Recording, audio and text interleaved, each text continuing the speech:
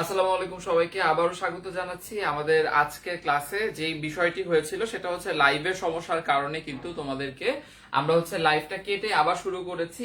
এখন আশা করি সবকিছু একদম ঠিকঠাক আছে, তোমরা সবকিছু ঠিকঠাক মতো ভাবে শুনতে পারছো এবং আর কোনো ধরনের সমস্যা তোমাদের কিন্তু আশা করি হচ্ছে না। তো যদি সবকিছু ঠিকঠাক থেকে থাকে সেটি আমাদেরকে একটু কমেন্টে জানিয়ে দাও বন্ধুরা। এবং পাশাপাশি বন্ধুরা যারা আমাদের ক্লাসটিতে জয়েন করেছিল কিন্তু আমাদের ক্লাসটা শেষ করতে হয়েছে, আবার শুরু করতে হয়েছে, তাদেরকে একটু মেনশন করে জানিয়ে দাও যেন সবাই আবার ক্লাসটিতে চলে আসে এবং আমরা একসাথে আবার আমাদের যে ক্লাসটি রয়েছে সেটি কিন্তু শুরু করে দিতে পারি। তো আমাদের সাথে যারা ক্লাসটিতে আছো একটু কষ্ট করে বন্ধুদেরকে মেনশন করে দাও এবং সবাই নিয়ে আমরা ক্লাসটি শুরু করতে পারি। এখন সবকিছু ঠিক আছে কিনা, সাউন্ড এবং সবকিছু। তো আমার যে কাজটা করতে হচ্ছে, আমার একটা ফোন চেঞ্জ করে আরেকটা ফোন দিয়ে লাইভটা স্টার্ট করতে হয়েছে এবং আশা করি এখন সবকিছু ঠিকঠাক আছে। এবং আমি আন্তরিকভাবে দুঃখিত যে তোমাদের এই হ্যাসেলটা ফেস করতে হয়েছে এবং আমাদেরকে নতুন করে আবারও আমাদের যে ক্লাসটা রয়েছে সেটা শুরু করতে হয়েছে। তো যেটা বলছিলাম যে আমরা আজকে পড়তে যাচ্ছি সমাস নিয়ে। আমরা একটু অপেক্ষা করি 1 মিনিট সময় দিয়ে, যেন সবাই চলে আসে এবং আমরা আমাদের ক্লাসটি আবার শুরু করে দিতে পারি। তো যেটি আমরা বলেছি যে ক্লাসে যে সমস্যাগুলো হয়েছে সেটা সবাই মিলে আমরা আবার শুরু করে দিব। হ্যাঁ, তো প্রথমে আমরা যে জিনিসটা বলি যে আজকে আমরা পড়তে যাচ্ছি সমাস নিয়ে এবং সমাসের 3টা গুরুত্বপূর্ণ জিনিস নিয়ে আমরা কথা বলবো। কি কি? সংজ্ঞা নিয়ে কথা বলবো, প্রকারভেদ এবং উদাহরণ সহ ব্যাখ্যা করব। প্রথমে যদি বলি তোমাকে সমাস মানে কি, সমাস মানে একাধিক পদের এক পদীকরণ। আমি যদি একটু লিখে রাখি উপরে তাহলে হয়তো তোমাদের বুঝতে অনেক বেশি সহজ হবে। ঠিক আছে, একাধিক পদের এক পদীকরণ মানে কি? মানে অনেকগুলো পদ দিয়ে তোমাকে একটা কোনো কিছু ব্যাখ্যা করার চেষ্টা করা হবে, বোঝানোর চেষ্টা করা হবে। সেটাকে একটি পদের মাধ্যমে যদি আমি ব্যাখ্যা করতে পারি, বোঝাতে পারি, সেটিকে আমরা কি বলে থাকি? সেটিকে আমরা বলে থাকি সমাস। ঠিক আছে, সবকিছু ক্লিয়ার আছে, সবকিছু ঠিকঠাক আছে, সবাই বলেছো, অনেক অনেক ধন্যবাদ। প্রমিদেব আছো আমার সাথে, দত্ত আছো, মেহেরুন, নিসা আছো, তারপর সৌরভ সাহা বলছো ঘোলা। ঘোলা হওয়ার কারণটা হয়তো তোমার নেটওয়ার্ক একটু সমস্যা হচ্ছে, আরেকবার একটু ট্রাই করে দেখো অথবা নেটটা অফ করে আবার অন করে দেখো, ঠিক হয়ে যাওয়ার কথা। ঠিক আছে, বাকি সবাই যদি ঠিকঠাক বলে থাকো তাহলে আমাদের ক্লাসটা কিন্তু আমরা কন্টিনিউ করতে পারি। আমাদের সাথে অপার ভাইও ক্লাসটি দেখছেন, আসসালামু আলাইকুম অপার ভাই। তারপরে যে বিষয়টি আমরা বলছিলাম যে সমাসের সংজ্ঞা নিয়ে কথা বলছিলাম, যে একাধিক পদের এক পদীকরণকে আমরা সমাস বলে থাকি। এখন আরো যদি একটু উদাহরণ দিই, ধরো তোমার কাছে 1 2 3 4 এই 4টা পদ রয়েছে। এই 4টা পদকে আমি যদি একসাথে বলতে চাই তখন দেখবো 4 3 7 8 9 আর 10 হয়ে যাচ্ছে। এই যে আমি একসাথে একটা জিনিস প্রকাশ করার চেষ্টা করলাম, এটিকেই আমরা কি বলে থাকি? এটিকে আমরা মূলত বলে থাকি সমাস, অর্থাৎ একাধিক পদের এক পদীকরণ। তোমাদের নিশ্চয়ই প্রশ্ন হতে পারে যে ভাই এটা কি বললেন, 1 2 3 4 দিয়ে না বলে আমাদেরকে বাংলা দিয়ে বলেন। তাহলে চলো বাংলা দিয়ে আমরা একটু শেখার চেষ্টা করি। প্রথমেই আমি যদি বলি চলচ্চিত্র, হ্যাঁ, চলচ্চিত্র একটা উদাহরণ দিয়ে আমরা বোঝানোর চেষ্টা করছি। চলচ্চিত্র আমরা দেখলাম। এখন এইটা যদি তোমাকে, এটা দেখো একটা পদের মাধ্যমে আমরা প্রকাশ করছি, কিন্তু একটা পদ ছাড়াও যে কাজটি করা যায় সেটা চলৎ যে চিত্র, মানে যে চিত্র চলমান, এইটার মাধ্যমেও কিন্তু চলচ্চিত্র বোঝানো যায়। তাহলে এখন দেখো যে এই 3টি পদ 1 2 3 এই 3টি পদ ব্যবহার না করে আমি একটি পদের মাধ্যমে কিন্তু বোঝাতে সক্ষম হলাম যে চলচ্চিত্র মানে যে চিত্র, অর্থাৎ কি? যে চিত্র চলমান। অর্থাৎ এই যে দেখো 3টি পদের বদলে আমি যদি এই একটি পদের মাধ্যমে কোনো কিছু প্রকাশ করতে পারি, সেটিকে আমরা বলে থাকি কি বলতো? সেটিকে আমরা বলে থাকি সমাস। এবং এখানে গুরুত্বপূর্ণ বিষয় তোমাদের নিশ্চয়ই মনে প্রশ্ন আসতে পারে, ভাইয়া তাহলে এটাকে আমরা এক কথায় প্রকাশ কেন বলছি না? 1 নাম্বার কারণ এক কথায় প্রকাশ বলছি না, কারণ দেখো এখানে অর্থের কোনো পরিবর্তন থাকে না। চলৎ যে চিত্র, অর্থাৎ যে চিত্র চলমান, পাশাপাশি চলচ্চিত্র একই কথা প্রকাশ করছে এবং একই কথা প্রকাশ করছে বলেই কিন্তু আমাদেরকে কি করতে হবে? এইভাবে বুঝতে হবে যে আমি যখন দেখব একাধিক পদের এক পদীকরণ হয়ে যাচ্ছে তখন আমরা সেটিকে কি বলবো বলতো?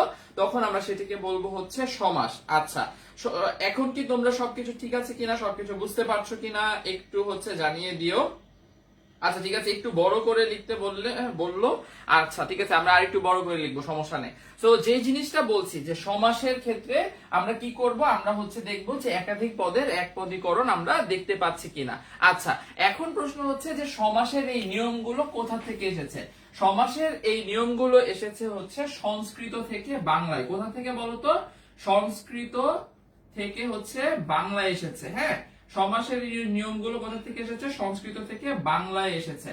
তো আমরা যেটা পড়বো, আমরা হচ্ছে দেখবো যে সমাসের নিয়মগুলো কিভাবে এবং সমাসের যে প্রকারভেদগুলা নিয়ে আমরা হচ্ছে পরে আলোচনা করব। কিন্তু তার আগে আমাদের যে জিনিসটা মাথায় রাখতে হবে সেটা হচ্ছে আমরা সমাসের সংজ্ঞাটা মোটামুটি ভাবে বুঝতে পারছি।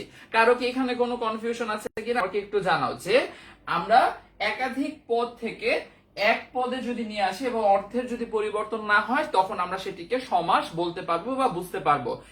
এতটুকু জায়গায় আমরা সবাই পরিষ্কার কিনা? আমরা যদি সবাই ঠিকঠাক মতো বুঝে থাকি তাহলে কিন্তু আমরা আমাদের পরবর্তী অংশে চলে যাব, যেখানে আমরা সমাসের পদগুলো নিয়ে আলোচনা করব। সেই পদগুলোর নাম কি সেগুলো নিয়ে আমাদেরকে আলোচনা করতে হবে। যেমন এখানে যে চলত এবং চিত্র, এই চলচ্চিত্র, এই সবগুলোর কিন্তু আলাদা আলাদা নাম রয়েছে। আমাদের সবাইকে সেই নামগুলো পরিষ্কারভাবে ভালোভাবে জানতে হবে।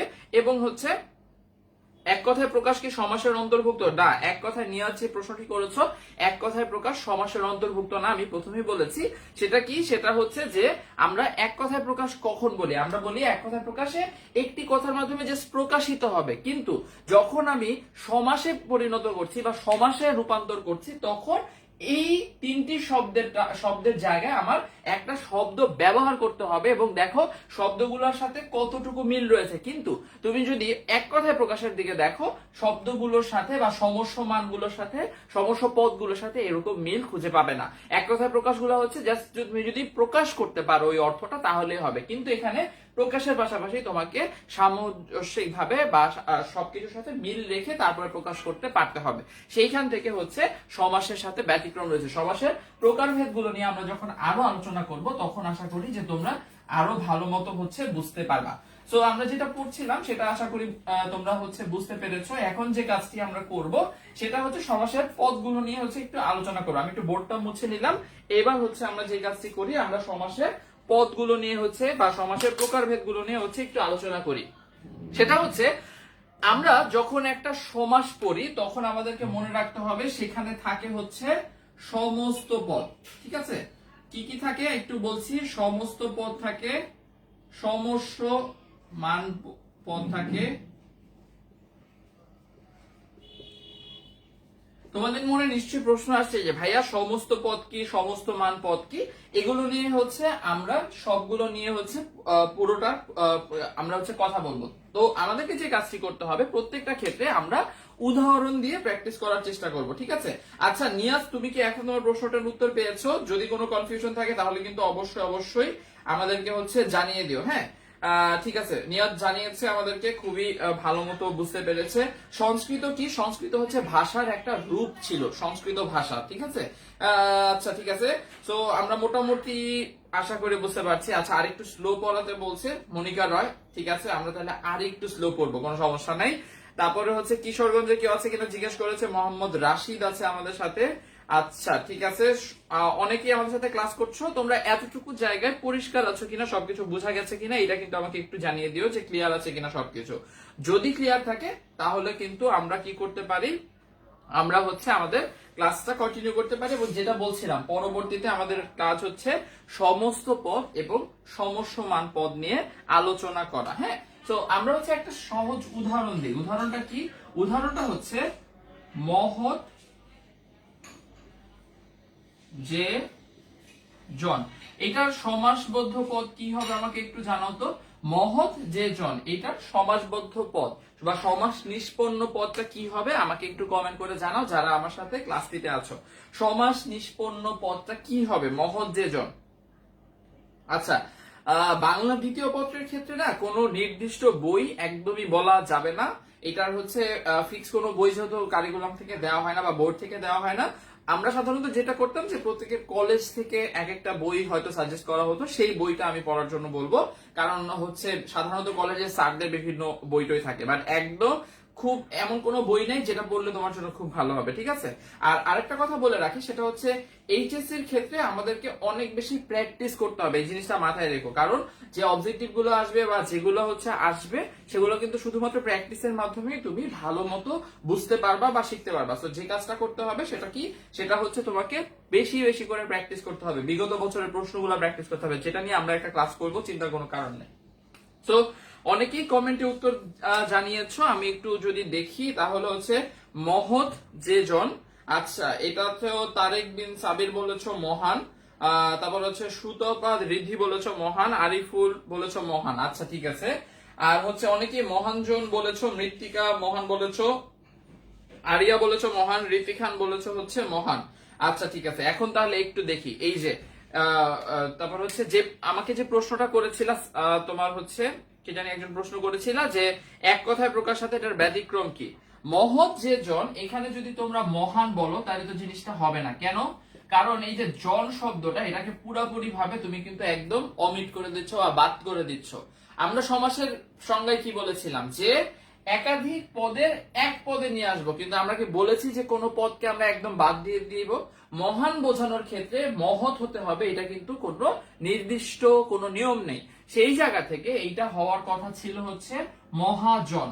অনেকেই এই উত্তরটাও দিতে পেরেছো, অনেকে ভুল করেছো, সেই জন্য হচ্ছে এটা ব্যাখ্যাটা করলাম যে আমরা কোনো কিছু কিন্তু বাদ দিতে পারছি না। বাদ দিতে পারছি না মানে একটা গুরুত্বপূর্ণ জিনিস, যেখানে বলা হয়েছে যেই মানুষটা মহান বা যেই মানুষটা হচ্ছে মহৎ, তাকে আমি কি বলবো, এই জিনিসটা হচ্ছে অর্থ বোঝার চেষ্টা করো। মহৎ যে জন মানে মহান, এটা তুমি হয়তো চিন্তা করতে পারো যে ভাইয়া যে মহৎ সে তো মহান হবে, কিন্তু তোমাকে বলা হয়েছে যে যেই ব্যক্তি মহান বা যেই মানুষটা হচ্ছে মহৎ, তাকে আমরা কি নামে ডাকবো বা তাকে আমরা কি বলবো, তাকে আমরা মহাজন বলবো। সেই জায়গা থেকে হচ্ছে এটা হবে কি বলতো, মহাজন, ঠিক আছে? ভুল হয়েছে কোনো সমস্যা নেই, কিন্তু তোমাকে পদগুলো শিখতে হবে। পদগুলো যদি আমরা একটু শিখি, আচ্ছা হ্যাঁ নিয়াজ তোমারটা হয়েছে, বাট নিয়াজ আমি যেটা বলতে চাচ্ছিলাম যে এক কথায় প্রকাশ হলে তুমি যদি মহান বলতা তোমার এটা একসেপ্টেড হতো, কিন্তু যেহেতু এটা সমাস নিয়ে আমরা আলোচনা করছি, আমাদেরকে কি বলতে হবে, আমাদেরকে বলতে হবে এটা হচ্ছে কি বলতো, মহাজন। আচ্ছা অভয়নাথ চৌধুরী বলেছে মহাজন, সোহাইবুর রহমান শিবলিও বলেছো মহাজন, আচ্ছা ঠিক আছে। অনেকেই মহান বলেছিলা, বাট যারা মহান বলেছিলা তারা কি এখন পরিষ্কার কিনা যে এটা হচ্ছে মহাজন হবে? সো যারা ক্লাসটিতে আছো আমাকে একটু জানাও যে যারা মহান বলেছিল তারা বুঝতে পেরেছো কিনা যে এখন কি হবে, মহাজন হবে। মহাজন থেকে আমরা চলো একটু ব্যাখ্যা করে নেই, যে হচ্ছে যে তোমার আমরা যে পদগুলোর কথা বলছিলাম, এই যে সমস্য পদ আর হচ্ছে সমস্যমান পদ। সমাসবদ্ধ বা সমাস নিষ্পন্ন পদটার নাম হচ্ছে সমস্য পদ। সমাস নিষ্পন্ন শব্দ কোনটা? সমাস নিষ্পন্ন শব্দ হচ্ছে এই যে মহাজন, সমস্ত পদ। সমাস নিষ্পন্ন মানে কি, আমরা এই যে একাধিক পদের এক পদীকরণ করলাম, এই এক পদীকরণ করাটাকে কি বলা হয়ে থাকে, এক পদীকরণটাকে বলা হয়ে থাকে হচ্ছে সমস্ত পদ। অর্থাৎ একটা সমাস গঠনের প্রক্রিয়ায় সমাস নিষ্পন্ন যে পদটা থাকবে তাকে আমরা কি বলবো, তাকে আমরা বলবো সমস্ত পদ। আমরা কি এতটুকু পরিষ্কার কিনা? আর হচ্ছে এই সমাসের প্রক্রিয়ায়, সমাস গঠনের প্রক্রিয়ায় প্রত্যেকটি পদকে আমরা কি বলবো, প্রত্যেকটি পদকে আমরা বলবো হচ্ছে সমস্যমান পদ। কি কি বললাম আমরা? সমাসের প্রক্রিয়ায় যদি দেখি সমস্যমান পদ। আমাদের কাছে পরিষ্কার কিনা বন্ধুরা? যারা ক্লাসটা করছো আমাকে একটু জানিও, না হলে কিন্তু বুঝতে পারবো না যে তোমাদের কোনো জায়গায় কোনো সমস্যা আছে কিনা, ঠিক আছে? মহাজন, ও আমি ভুলে মহানজন লিখেছি, অনেক অনেক দুঃখিত। Thank you so much. যেটা হচ্ছে মহাজন হবে, মহানজন ভুলে লিখে ফেলেছি, মহান লিখেছিলাম ভুলটা দেখানোর জন্য, পরে জাস্ট জন লিখে ফেলেছি। আচ্ছা সো ঠিক আছে। সো এটা কি হবে বলতো, মহৎ যে জন হচ্ছে মহাজন হওয়ার কথা। অনেক অনেক ধন্যবাদ জানিয়ে দেওয়ার জন্য তামজিদ।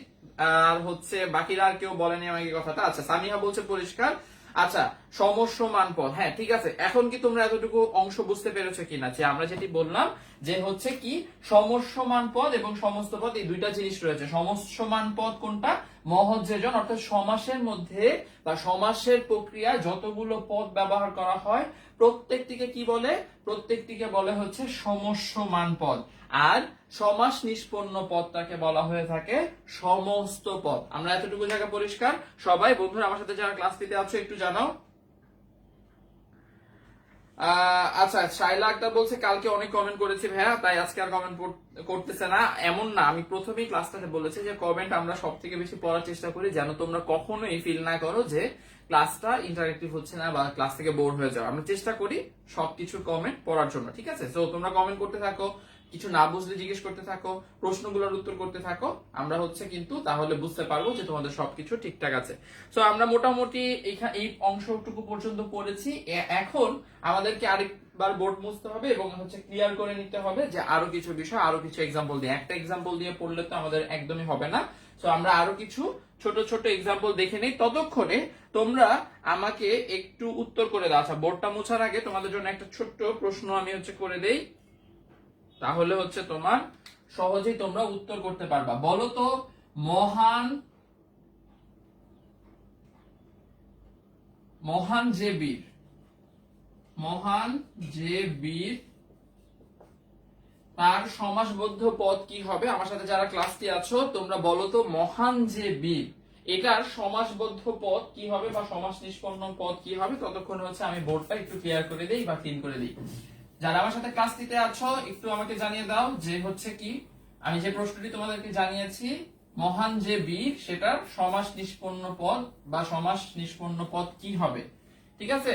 তো যারা ক্লাসটি করছো আমি দেখতেছি খুবই তাড়াতাড়ি যে কমেন্ট আসতেছে কিনা। যদি কমেন্ট গুলো চলে আসে আমরা কিন্তু হচ্ছে বোর্ডের তো খুবই বাজে অবস্থা হয়ে গেছে, দেখা যাবে না।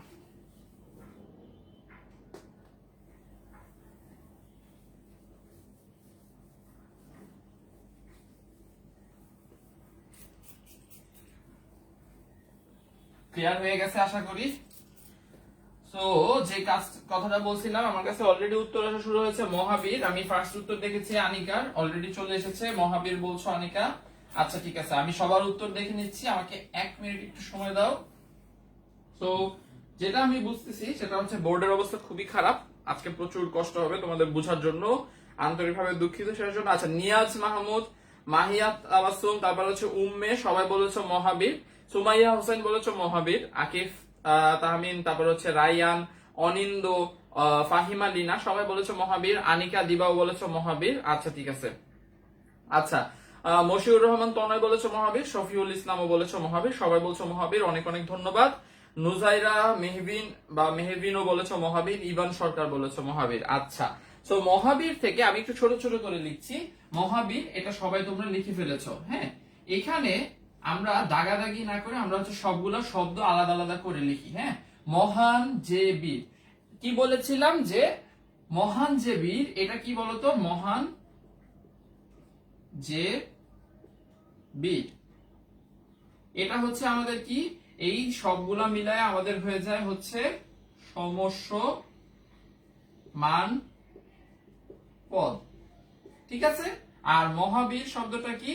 মহাবীর শব্দটা হচ্ছে সমস্ত পদ। এখন তোমাকে যদি আমি প্রশ্ন করি যে এই সমস্যমান পদের মধ্যে কিন্তু অনেকগুলা ভাগ রয়েছে, ভাগগুলা কি আমাদের শিখতে হবে। প্রথমে যে শব্দটা থাকে অর্থাৎ এই যে মহান, প্রথম শব্দটাকে আমরা বলি উত্তর পদ, ঠিক আছে? অর্থাৎ যেটা দিয়ে আমাদের সমাস শুরু হবে সেটাকে আমরা বলবো উত্তর পদ, এবং যেটির মাধ্যমে শেষ হবে সেটাকে আমরা কি বলবো বলতো? সেটাকে আমরা বলবো হচ্ছে পর পদ। তাহলে আমরা কি বললাম? আমরা বললাম যে সমস্যমান পদের মধ্যে কিন্তু বেশ ভাগ রয়েছে। ভাগগুলা কি? সমস্যমান পদের একদম প্রথম পদটাকে বলা হয় উত্তর পদ, এবং একদম শেষ পদটাকে কি বলা হয়ে থাকে? একদম শেষ পদটাকে বলা হয়ে থাকে হচ্ছে, আচ্ছা একদম শেষ। আচ্ছা, জ্যোতি বলছে যে ভাইয়া 2টা প্রশ্ন করলাম, স্কিপ করে গেছেন। আমি প্রশ্নগুলো একটু দেখি নাই, আমার দেখতে হবে উপর থেকে, আমি দেখে তোমাকে উত্তর করে দেব, ঠিক আছে? তো যেটা বলছিলাম যে মহান যে বীর, প্রথম যে পদ সেটাকে বলে উত্তর পদ, এবং শেষের যে পদ রয়েছে সেটাকে বলা হয়ে থাকে হচ্ছে পর পদ। তো এতটুকু জায়গা থেকে আমরা বুঝলাম যে আমরা যখনই কোনো একটা কি করব, আমরা যখনই হচ্ছে কোনো একটা সমাস পড়বো তখন সমাসের ক্ষেত্রে আমাদেরকে কি কি জিনিস মাথায় রাখতে হবে? বুঝতে হবে যে সেখানে একাধিক পদের এক পদীকরণ হচ্ছে।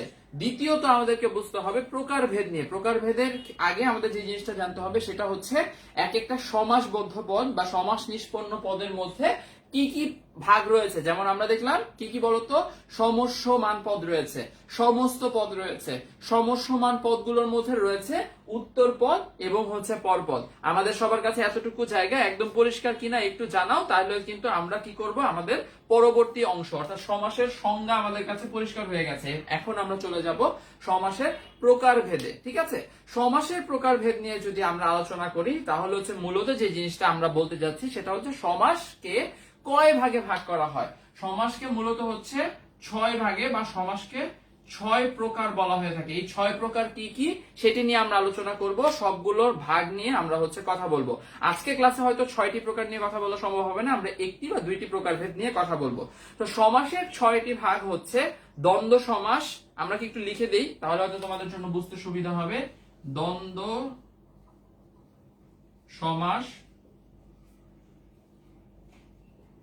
কর্মধারয় সমাস, পাশাপাশি হচ্ছে তোমার তৎপুরুষ বহুব্রীহি,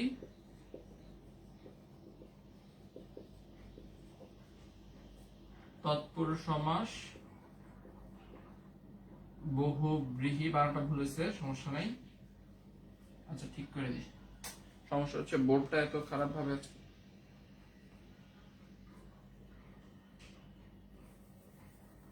আচ্ছা, তো হচ্ছে যেটা বলছিলাম যে আজকে ক্লাসে যেগুলো নিয়ে আমরা কথা বলবো, আজকে ক্লাসে আমরা দ্বন্দ্ব সমাস, কর্মধারয় সমাস, তারপর হচ্ছে তৎপুরুষ সমাস, বহুব্রীহি সমাস,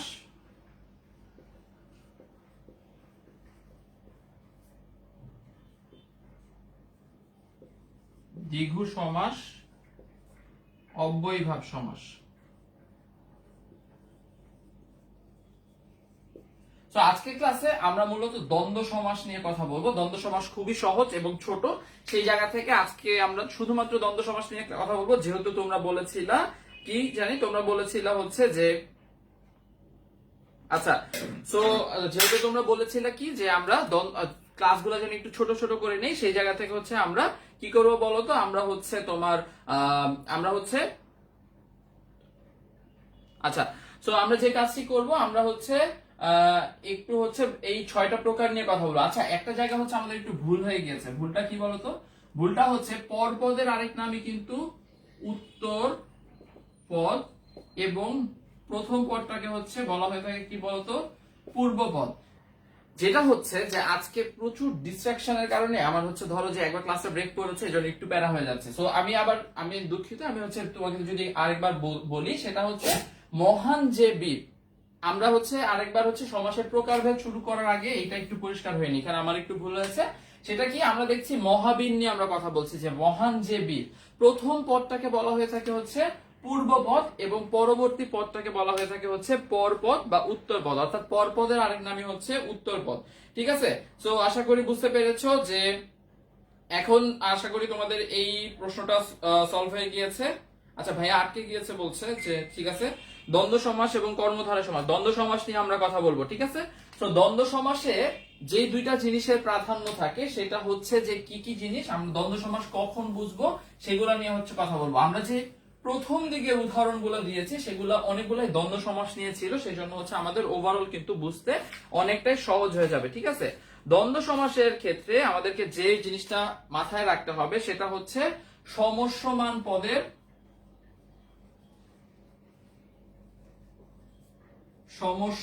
পদের অর্থের প্রাধান্য থাকবে। কি বললাম, দ্বন্দ্ব সমাসের ক্ষেত্রে সমস্যমান পদের প্রত্যেকটি পদের অর্থের প্রাধান্য থাকবে। কিভাবে, আমরা উদাহরণ দিচ্ছি, চিন্তা করার কোনো কারণ নেই। দ্বিতীয়ত হচ্ছে দ্বন্দ্ব সমাসের ক্ষেত্রে আমরা উদাহরণ দিয়ে যদি একটু বলি, যেমন হচ্ছে যে উদাহরণ কি দিতে পারি, উদাহরণ দিতে পারি হচ্ছে দোয়াত ও কলম। একসাথে করলে কি হবে জানো, একসাথে করলে হবে হচ্ছে দোয়াত কলম। ঠিক আছে, তো এরকম ভাবে আমরা কি করতে পারি, আমরা করতে পারি হচ্ছে যে একাধিক পদকে মিলে, দেখো এখানে সমস্যমান পদ, সমস্যমান পদ কি, সমাসের মধ্যে যতগুলা পদ ব্যবহৃত হয়েছে সবগুলা পদের ক্ষেত্রে কিন্তু আমাদের কি হয়, অর্থের প্রাধান্য থাকে। অর্থের প্রাধান্য আমরা দেখতে পাচ্ছি কি হবে, দেখো দুইটা যে শব্দ দোয়াত এবং কলম, দুটি শব্দই আমাদের সমাসের ক্ষেত্রে রয়ে গিয়েছে। সেই ক্ষেত্রে আমরা কি বুঝলাম, যে অর্থের প্রাধান্য থাকবে। এখন আমরা হচ্ছে যে জিনিসটা বলছিলাম যে অর্থের প্রাধান্য থাকবে, ঠিক আছে। আচ্ছা, তো স্লাইডে ক্লাস নিয়ে ভালো, তো মাঝে মাঝে বোর্ড পরিষ্কার দেখা যাচ্ছে না। আচ্ছা ঠিক আছে, হ্যাঁ এটা একটা ভালো কনসার্ন বলছো। হ্যাঁ ঠিক আছে। সো যেটা বলছিলাম যে দ্বন্দ্ব সমাসের ক্ষেত্রে কি হবে, দ্বন্দ্ব সমাসের ক্ষেত্রে সমসমান পদে অর্থের প্রাধান্য থাকবে। এখন প্রশ্ন হচ্ছে যে ভাইয়া সমসমান পদ বা হচ্ছে দ্বন্দ্ব সমাসগুলো আমরা চিনবো কিভাবে? দ্বন্দ্ব সমাস চিনার দুইটা উপায় তোমাদেরকে বলে দিচ্ছি। একটা হচ্ছে দুইটা পদ জোড়ায় জোড়ায় থাকবে। কিভাবে থাকবে বলতো? জোড়ায় জোড়ায় থাকবে। এবং আরেকটা কি বলতো, আরেকটা হচ্ছে যে পদগুলোর মধ্যে অর্থের প্রাধান্য থাকে। এবং আরেকটা জিনিস হচ্ছে প্রত্যেকটার ক্ষেত্রে তিনটার মাধ্যমে তুমি হচ্ছে চিনতে পারো, হাইফেন অবশ্যই থাকবে, ঠিক আছে। তো কি বললাম, আমরা তিনটি উপায়ে দ্বন্দ্ব সমাসকে চিনতে পারি। তিনটি উপায় কি কি? পদগুলো জোড়ায় জোড়ায় থাকবে, পদগুলোতে অর্থের প্রাধান্য থাকবে, এবং হচ্ছে মাঝে অবশ্যই হাইফেন ব্যবহার করা হবে। আমরা কি বুঝতে পেরেছি কিনা? যেমন আমরা যদি আরো উদাহরণ দেই, এই জায়গাটাতে একটু সাইডে মুছে উদাহরণ দিচ্ছি, ঠিক আছে। তো সাইডে মুছে যদি উদাহরণ দেই, তাহলে আমরা দেখতে পাচ্ছি, দেখো হাট ও বাজার, হাট ও বাজার। এই জায়গা থেকে কি আমরা বুঝতে পারছি না যে এটা হবে কি বলতো, হাট বাজার। একইভাবে জন ও মানব কি হবে বলতো? এটা আমার সাথে যারা ক্লাসটি করছে একটু উত্তর দিয়ে জানাও তো, যে জন ও মানব এটার ক্ষেত্রে উত্তর কি হবে? ভাইয়া বুক সাজেশন দেন বলছে নবী। আমি যে কথাটা বললাম যে আচ্ছা ঠিক আছে। সো যেটা বললাম যে হচ্ছে নবী যে কথাটি বলেছিলাম সেটা হচ্ছে বইয়ের ক্ষেত্রে কোনো নির্ধারিত বই এইচএসসির জন্য নেই সেকেন্ড পেপারে। সেই ক্ষেত্রে তোমাদেরকে যেটা করতে হবে, তোমাদের কলেজে যদি কোনো স্যার বা তোমাদের যদি কোনো কিছু সাজেস্ট করে সেটা তোমরা পড়তে পারো। বাট ব্যাকরণের ক্ষেত্রে আমি বারবার বলছি যে মূল বিষয় হচ্ছে তোমাদের প্র্যাকটিস করা। আমরা এই বেসিকটা হালকা আলোচনা করি, আমরা কিন্তু প্রচুর প্র্যাকটিস করতে হবে। এবং প্র্যাকটিসের জন্য আমরা আগের বছরের প্রশ্ন, আগের বছরের বিভিন্ন স্কুল কলেজের টেস্ট পেপার গুলো সলভ করব, তাহলেই তোমার কিন্তু মানে প্রিপারেশনটা কমপ্লিট হবে। কিন্তু তার আগে কিছু বেসিক নিয়ে আমাদের আলোচনা করা প্রয়োজন, এবং সেই কারণে কিন্তু এই ক্লাসগুলো হচ্ছে আমরা করছি, ঠিক আছে। তো জনমানব আমাকে উত্তর জানিয়েছে হচ্ছে মুনা বেলি। আচ্ছা ঠিক আছে। তারপরে হচ্ছে কি বললো, রায়হান পারভিন বলেছো, নুরেন বলেছো, আনিকা তাহসিন বলেছো জনমানব, মাহিয়াত তাবাসসুম, তাহসিনুল সবাই বলেছো জনমানব, তানভীরুল বলেছো জনমানব, মোসাদ্দেক, মারিয়ম, তারপরে হচ্ছে যে ফাতেমাতুজ জোহরা, মৃদুল, ফারজানা, আমারুল সবাই বলছো হচ্ছে কি জনমানব। আচ্ছা, জনমানবের ক্ষেত্রে তোমরা যে ভুলটি করেছো আমি একটু দেখাই। তোমরা হচ্ছে লিখেছো এইভাবে, কিন্তু তোমরা যে জিনিসটা ভুল করেছো সেটা হচ্ছে এই তিনটা নিয়ম থেকে কোন নিয়মটা তোমরা এখানে এই জায়গাটাতে ফলো করা হয়নি বলো তো। আমি দেখি যে যারা ক্লাসটিতে আছো মনোযোগ দিয়ে ক্লাসটা করছো, আমি বলেছি তিনটা উপায়ে আমাদের কি করা যায়, আমাদের হচ্ছে এই যে দ্বন্দ্ব সমাসকে আমরা চিনতে পারি। কোন নিয়মটা তুমি এখানে যারা এই জনমানবটা এইভাবে লিখেছো ফলো করো নাই, আমাকে একটু জানাও তো। আমরা হচ্ছে 3 নাম্বার যে নিয়মটা, অর্থাৎ মাঝে কিন্তু একটা কি দেওয়ার কথা ছিল, মাঝে কিন্তু একটা হাইফেন দেওয়ার কথা ছিল, যেটা হচ্ছে তোমরা অনেকেই কিন্তু দাও নাই। এই জিনিসটা একদমই ভুল করা যাবে না। দ্বন্দ্ব সমাসের ক্ষেত্রে আমাদেরকে অবশ্যই অবশ্যই কি করতে হবে, আমাদেরকে অবশ্যই অবশ্যই হাইফেন দিয়ে দিতে হবে, ঠিক আছে। তো এই জিনিসটা যেন একদমই ভুল না হয়, এই জিনিসটা আমাদের মাথায় কিন্তু সবসময় রাখতে হবে। তো আশা করি বুঝতে পেরেছো। আমি একটু কমেন্ট দেখছিলাম যে তোমাদের সবার মোটামুটি কোনো ধরনের প্রশ্ন আছে কিনা, যেমন সবাই আচ্ছা মুস্তাফিজুর জনমানব নিয়ে কিন্তু একটু ভুল হয়েছে, নিয়াজ মাহমুদ 3 নাম্বার জানিয়েছে, তারপর হচ্ছে নিয়াজ মাহমুদ বলছে হাইফেন দেন অনেকে, অনেক অনেক ধন্যবাদ। এটাই বলছিলাম যে হাইফেন না দিলে দ্বন্দ্ব সমাসটা কিন্তু তুমি একদম সব লিখবা, বাট হাইফেন না দেওয়ার কারণে নাম্বারটা পাবা না। তো এই জায়গা থেকে আমরা একটু সতর্ক থাকতে হবে। আচ্ছা ঠিক আছে। সো আমরা যে জিনিসটা বলছিলাম, লাস্ট একটা উদাহরণ দিয়ে আমাদের দ্বন্দ্ব সমাসের মূল বিষয়টা শেষ করি, এরপরে দ্বন্দ্ব সমাসের প্রকারভেদ নিয়ে হচ্ছে আলোচনা করব। তো এর আগে হচ্ছে মোটামুটি যেহেতু বুঝে ফেলেছি, এতটুকু জায়গা আমরা মুছে দিতে পারি। তো এখন যেমন একবারই সুন্দর পরিষ্কার হয়ে গেছে, বেশ ভালো।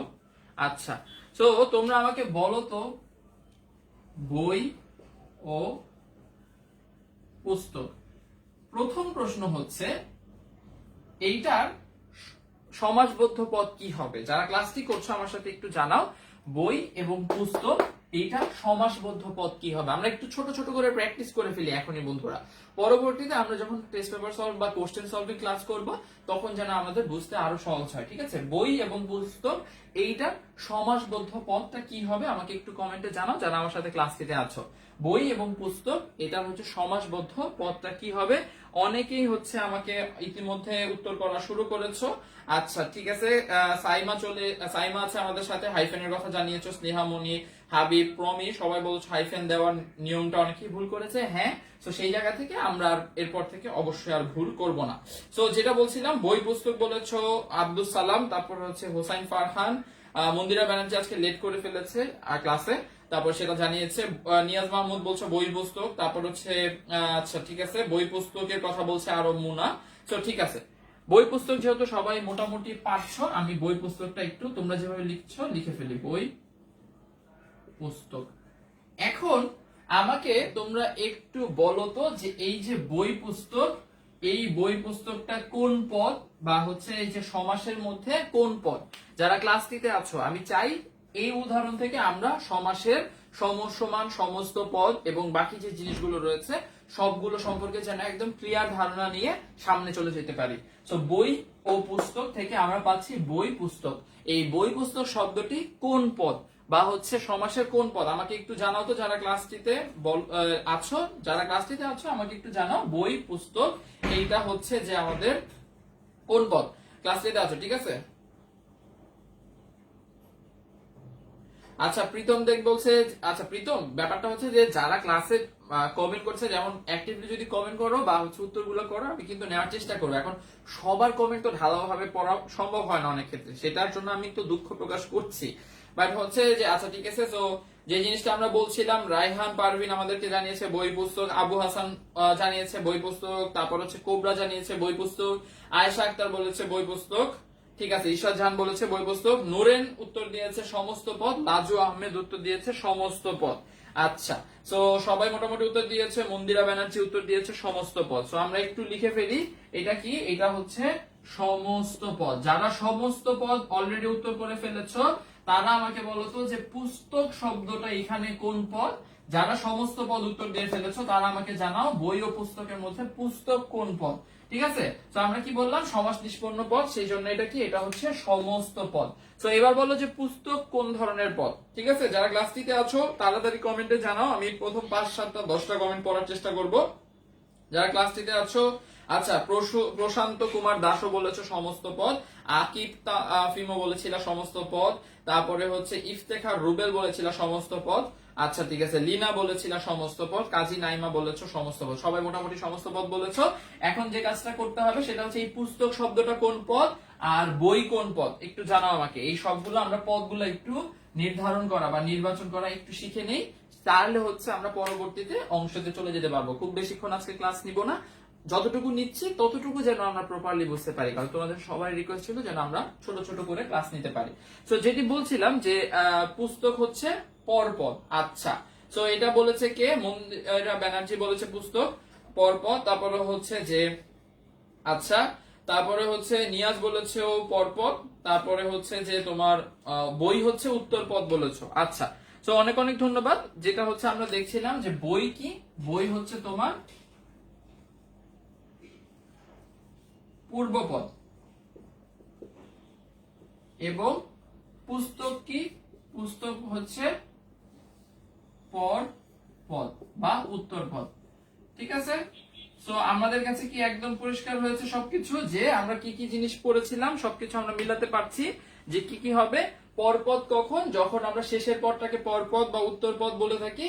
আর বই কি? বই হচ্ছে কি সাধারণত? বই হচ্ছে পূর্বপদ। আচ্ছা, তো আচ্ছা মন্দিরা একটু ভুল করে ফেলেছো, পুস্তক বলেছো পরপদ, বই বলেছো উত্তর পদ, বাট পরপদ এবং উত্তর পদ দুইটা কিন্তু একই জিনিস, এটা একটু মাথায় রাখতে হবে। ঠিক আছে, পূর্বপদ হচ্ছে বই আর পরপদ বা উত্তর পদ হচ্ছে পুস্তক। ঠিক আছে, তো এতটুকু জিনিস আমাদের সবার কাছে যদি পরিষ্কার হয়ে থাকে, আমরা কি করলাম? আমরা দ্বন্দ্ব সমাস নিয়ে কথা বলেছি, এখন হচ্ছে দ্বন্দ্ব সমাসের কিছু প্রকারভেদ নিয়ে আমরা আলোচনা করব। হ্যাঁ, দ্বন্দ্ব সমাসের প্রকারভেদ নিয়ে আলোচনা করব। তার আগে যদি একটু বলে নেই, দ্বন্দ্ব সমাসকে মূলত হচ্ছে 11টি ভাগে আমরা ভাগ করতে পারি। কয়টি ভাগে বললাম? 11টি ভাগে। এটার কোনো একদম নির্দিষ্ট সংখ্যা ভিত্তিক মান নেই, বা যে 11 ভাগে, কোন জায়গায় আছে 14 ভাগে, কোন জায়গায় আছে 13 ভাগে, বাট 11 ভাগে হচ্ছে 9, 10 এর বইটা অনুযায়ী। এবং সেইভাবে যদি আমরা চিন্তা করি, এই প্রশ্নটা তোমাকে কখনো আসবে না যে কয় ভাগে ভাগ করা হয়, জাস্ট বলার জন্য, জানানোর জন্য বলছি। এবং কি কি ভাগে তার মধ্যে আমরা দেখি, চলো আমরা কিছু উদাহরণ দিয়ে প্র্যাকটিস করি। যেমন আমরা যদি বলি মা ও বাবা, এটা কিন্তু এক ধরনের কি পদ বলতো?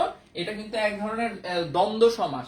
এবং আমরা যখন দেখব যে এটা কি হবে, এইটার সমস্ত পদটা হবে হচ্ছে মা বাবা। এই ধরনের যে পদগুলো রয়েছে বা এই ধরনের যে সমাসগুলো রয়েছে তাদেরকে কি বলা হয় জানো?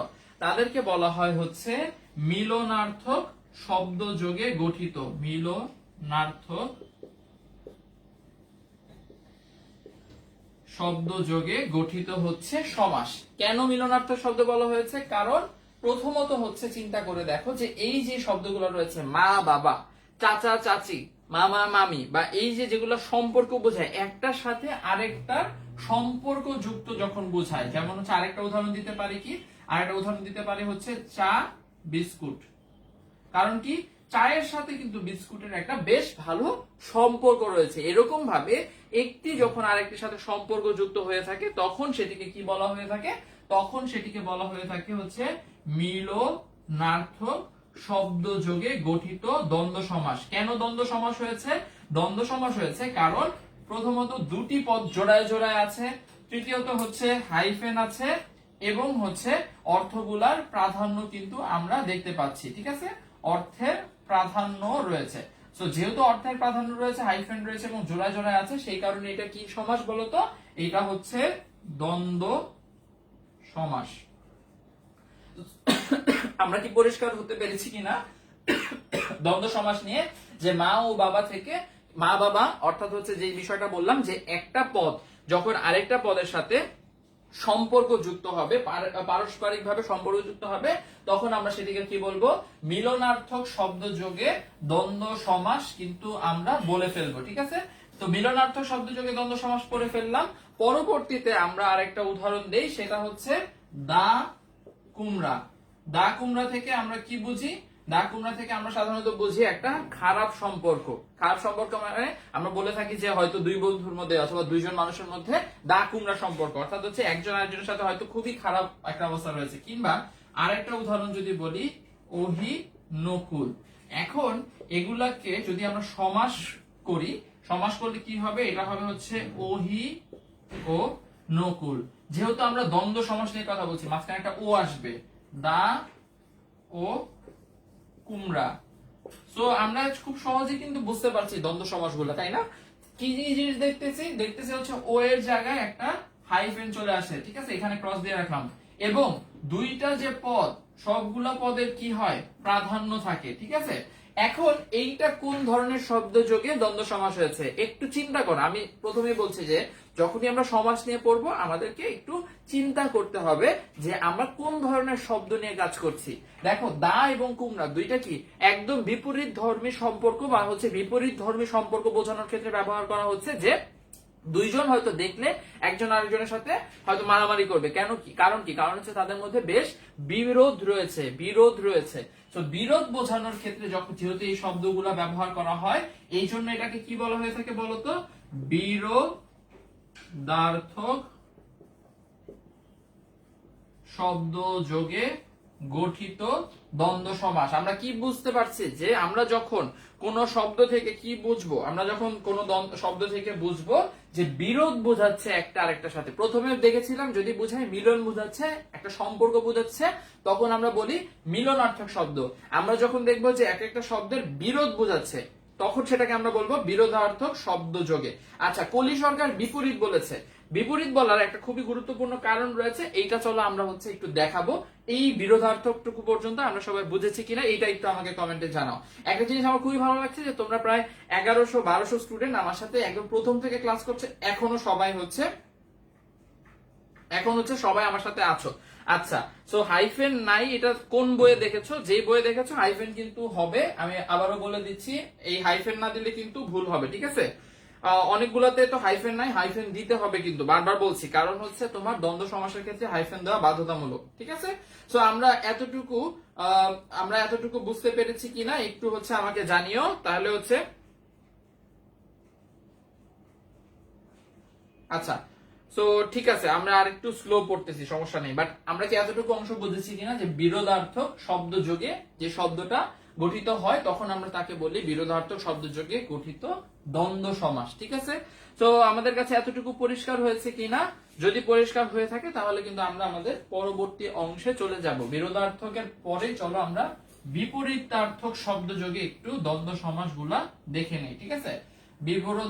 বিপরীতার্থক শব্দযোগে দ্বন্দ্ব সমাস যদি আমরা দেখি, আমাদের উদাহরণ হতে পারে আয় ব্যয়। অর্থাৎ এখানে ব্যতিক্রমটা কি দেখো, আয় ও ব্যয়। আমরা সবগুলো সমাসও লিখে দিচ্ছি, হ্যাঁ। ব্যতিক্রমটা হচ্ছে যে বিপরীতার্থক শব্দ যখন আমরা বলি একদম সরাসরি ভাবে, তখন কি হয়, এটার মধ্যে কোনো বিরোধ কি বোঝাচ্ছে, তুমি তোমার ইচ্ছা মতো আয় করতে পারো, তুমি তোমার ইচ্ছা মতো ব্যয় করতে পারো। অর্থাৎ একজন আরেকজনের সাথে কিন্তু এখানে কোনো খারাপ সম্পর্ক বা মানে কোনো বিরোধার্থক সম্পর্ক বোঝানো হচ্ছে না, জাস্ট একটা শব্দ আর একটা শব্দের বিপরীত। তুমি আয় করো, তুমি যতটুকু ইচ্ছা আয় করো, তুমি যতটুকু ইচ্ছা ব্যয় করো, এটা তোমার ইচ্ছা। আয় করা মানে হচ্ছে উপার্জন করা, ব্যয় করা মানে খরচ করে ফেলা, জাস্ট বিপরীত শব্দ। যেমন ছোট খাটো, যদি এটাই বলি, খুবই সহজ উদাহরণ, ছোট খাটো, ঠিক আছে? কি হতে পারে, ছোট ও খাটো, এটা কিন্তু এক ধরনের কি শব্দ বলতো, বিপরীত শব্দ। ছোট সাথে খাটো হবে না, সরি, ছোট সাথে হবে হচ্ছে ছোট বড়। ছোট বড় এটা কি বলতো, একটা হচ্ছে বিপরীতার্থক শব্দ। তো আমি যখনই বিপরীত শব্দ ব্যবহার করে কোন ধরনের সমাস ব্যবহার করব, বিপরীত শব্দ ব্যবহার করে যখন সমাস গঠিত হবে তখন সেটাকে আমরা কি বলবো বলতো, বিপরীতার্থক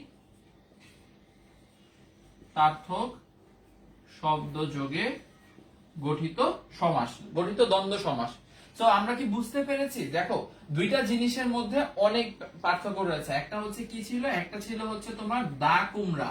দা কুমড়া মানে আমরা বুঝাচ্ছি দুইজনের মধ্যে বিরোধ রয়েছে, কিন্তু আয় ব্যয় যখন আমরা বুঝাচ্ছি তখন কিন্তু আমরা এখানে কোনো বিরোধ বুঝতে পারছি না, আমরা বুঝাচ্ছি জাস্ট বিপরীত শব্দ ব্যবহার করে এই কাজটা করা হয়েছে। এবং যেহেতু হচ্ছে তোমার বিরোধ ব্যবহার করা হয়েছে এবং বিরোধ যেহেতু ব্যবহার করা হয়েছে সে কারণে এটা বিরোধার্থক শব্দযোগে। এবং যখন আমরা কোন ধরনের বিপরীত শব্দ ব্যবহার করব তখন আমরা সেটিকে কি বলবো, আমরা তখন সেটিকে বলবো হচ্ছে তোমার বিপরীতার্থক শব্দযোগে গঠিত দ্বন্দ্ব সমাস, ঠিক আছে? তো আমরা এতটুকু অংশ কি বুঝতে পেরেছি কিনা? ঠিক আছে, আমরা যে প্রশ্নটা বা হচ্ছে আমরা যতটুকু অংশ পড়েছি ততটুকু অংশ আমরা পরিষ্কার কিনা আমাকে একটু কমেন্টে জানাও। যদি পরিষ্কার থাকে তাহলে কিন্তু আমরা মোটামুটি বুঝতে পারছি যে তোমরা সবকিছু জিনিস বুঝতে পারছো, ঠিক আছে? পরবর্তীতে আমরা আরো কিছু শব্দের প্রকারভেদ নিয়ে কথা বলি। শব্দের প্রকারভেদ কি? শব্দের প্রকারভেদ হতে পারে সমার্থক শব্দযোগেও কিন্তু আমাদের সমাস গঠিত হতে পারে। সমার্থক শব্দযোগে কিভাবে সমাস গঠিত হয় দেখো, আমরা হাট বাজার উদাহরণটা পড়েছিলাম। হাট ও বাজার হচ্ছে কি শব্দ? হাট এবং বাজার হচ্ছে দুইটা সমার্থক শব্দ। তো যেহেতু দুইটা হচ্ছে সমার্থক শব্দ সেই কারণে আমরা কিন্তু এটা কি বলতে পারি, আমরা বলতে পারি যে এটা হচ্ছে সমার্থক শব্দযোগে গঠিত দ্বন্দ্ব সমাস, ঠিক আছে? তো একইভাবে এরকম ভাবে আরো অনেক শব্দ রয়েছে যেগুলো হচ্ছে সমার্থক শব্দযোগে। যেমন হচ্ছে আরো উদাহরণ দেই, কল কারখানা, কল ও কারখানা। দেখো দুইটা কিন্তু একদম ব্যতিক্রম ধর্মী শব্দ, কিন্তু যখন আমরা সমাস গঠন করছি দুইটা শব্দের প্রাধান্য রয়েছে, মাঝের ও এর জায়গায় একটা হাইফেন চলে এসেছে, সেই জায়গা থেকে আমরা কি বুঝতে পারি যে এটা দ্বন্দ্ব সমাস। এবং যেহেতু একই ধরনের শব্দ অর্থাৎ সমার্থক শব্দ, যা কল সেটিকে কারখানা বলা হয়ে থাকে, তো যেহেতু সমার্থক শব্দ ব্যবহার করা হচ্ছে সেই জন্য আমরা সেটিকে কি বলবো, সমার্থক শব্দযোগে গঠিত দ্বন্দ্ব সমাস। আমরা কি বুঝতে পারছি কিনা? যদি কারো কোনো কনফিউশন থাকে, এছাড়াও ধরো সংখ্যাবাচক শব্দ দিয়েও কিন্তু দ্বন্দ্ব সমাস গঠন করা যায়, যেমন হতে পারে 9, 6, 7, 5 ইত্যাদি শব্দ যোগেও দ্বন্দ্ব সমাস গঠন করা যায়। পাশাপাশি আমরা অঙ্গবাচক শব্দ যোগে, অঙ্গবাচক শব্দ কি কি তোমাদের কাছে নিশ্চয়ই প্রশ্ন হতে পারে যে ভাইয়া অঙ্গবাচক শব্দ আবার কোনগুলা? আমরা সবাই অনেক ব্যবহার করেছি, কিন্তু হয়তো আমাদের সঠিকভাবে দেখা হয়নি বা হচ্ছে আমাদের হয়তো জানা হয়নি। যেমন আমরা অনেক সময় বলে থাকি চোখ কান, চোখ কান খোলা রেখে চলো, ঠিক আছে? এইটা কি দেখো, চোখ কান খোলা রেখে চলো, সাপোজ একটা কোনো লাইনে আছে চোখ ও কান। এই জায়গা থেকে যেটা করতে হবে সেটা হচ্ছে চোখ এবং কানের ক্ষেত্রে এগুলো হচ্ছে অঙ্গ ব্যবহার করে, মানে অঙ্গ মানে শরীরের বিভিন্ন অঙ্গ ব্যবহার করা যেহেতু হয়েছে, সেই জায়গা থেকে এটাকে কি বলা হয়ে থাকে? অঙ্গবাচক শব্দ যোগে গঠিত সমাস, দ্বন্দ্ব সমাস। দ্বন্দ্বটা লিখলাম না, আশা করি বুঝতে পারছো। তো একইভাবে আমরা কি বললাম যে হচ্ছে তোমার চোখ কান, অর্থাৎ যখন আমি কোনো অঙ্গ ব্যবহার করব শরীরের, তখন সেটাকে কি বলবো? অঙ্গবাচক শব্দ যোগে গঠিত দ্বন্দ্ব সমাস।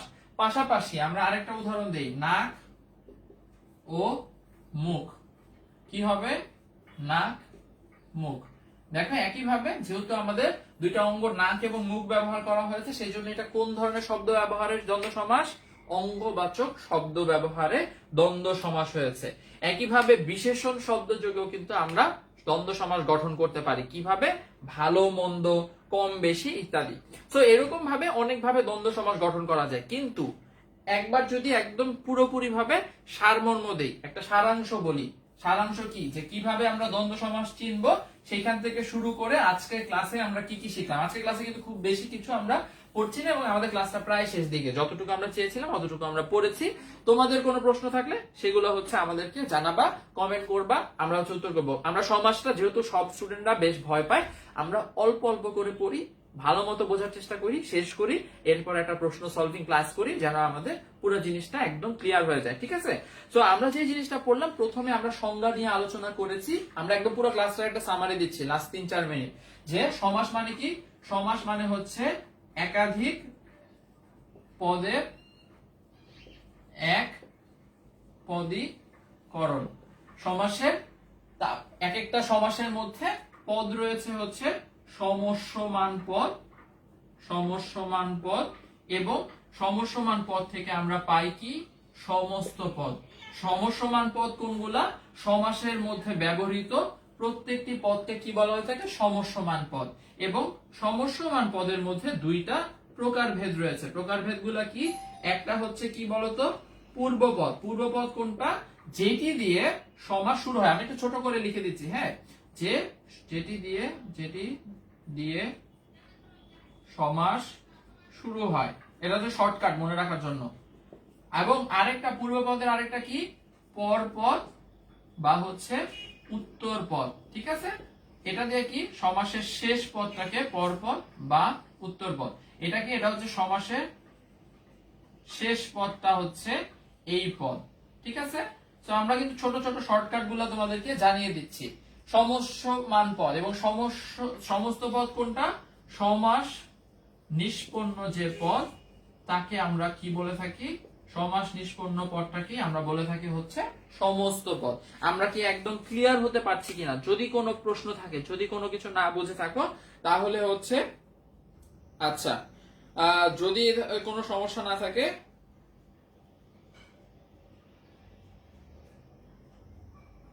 আচ্ছা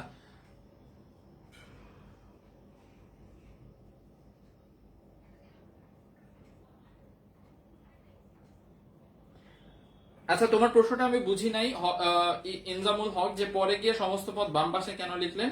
বাম পাশে বা ডান পাশে লেখার কোনো সমস্যা নেই, মানে জিনিসটা যদি বুঝতে পারি যে কোনটা সমস্যমান পদ কোনটা সমস্ত পদ, তাহলে কিন্তু হয়ে যাবে। তারপর হচ্ছে আমরা বেশ কিছু উদাহরণ নিয়ে আলোচনা করেছি। শেষ একটা উদাহরণ দিয়ে এই পুরো জিনিসটা আমরা একটু পরিষ্কার করে দিব, এবং এতটুকু জায়গা তো আমাদের কাছে সবার কাছে পরিষ্কার যে সমস্ত একদম বেসিকটা। এরপরে আমরা হচ্ছে 6টি প্রকার ভেদের মধ্যে প্রথম যে প্রকারভেদ অর্থাৎ দ্বন্দ্ব সমাস নিয়ে আলোচনা করেছি। দ্বন্দ্ব সমাসে 3 ভাবে আমরা চিনতে পারি। 3 ভাবে কি? অর্থের প্রাধান্য থাকবে, 2 হচ্ছে জোড়ায় জোড়ায় থাকে,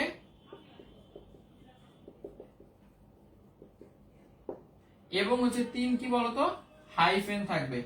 এই তিনটা জিনিস যদি আমরা দেখি তাহলে আমরা বুঝতে পারবো কি সেটা কি সমাস, সেটা হচ্ছে দ্বন্দ্ব সমাস। ঠিক আছে, আমরা কি এতটুকু জায়গা পরিষ্কার হতে পেরেছি যে আমরা যদি এই তিনটা জিনিস বুঝতে পারি তাহলে আমরা তখন দেখব সেটা হচ্ছে দ্বন্দ্ব সমাস, এবং আমরা সেটা নিয়ে বেশ কিছু উদাহরণও প্র্যাকটিস করেছি।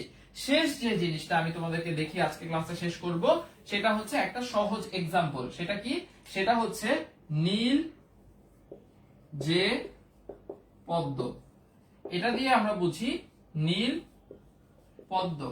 দেখো, একাধিক পদের এক পদীকরণ হয়েছে, আমরা বলতে পারি সমাস। প্রথম যে পদ সেটাকে আমরা কি বলবো, সেটাকে আমরা বলবো হচ্ছে পূর্বপদ।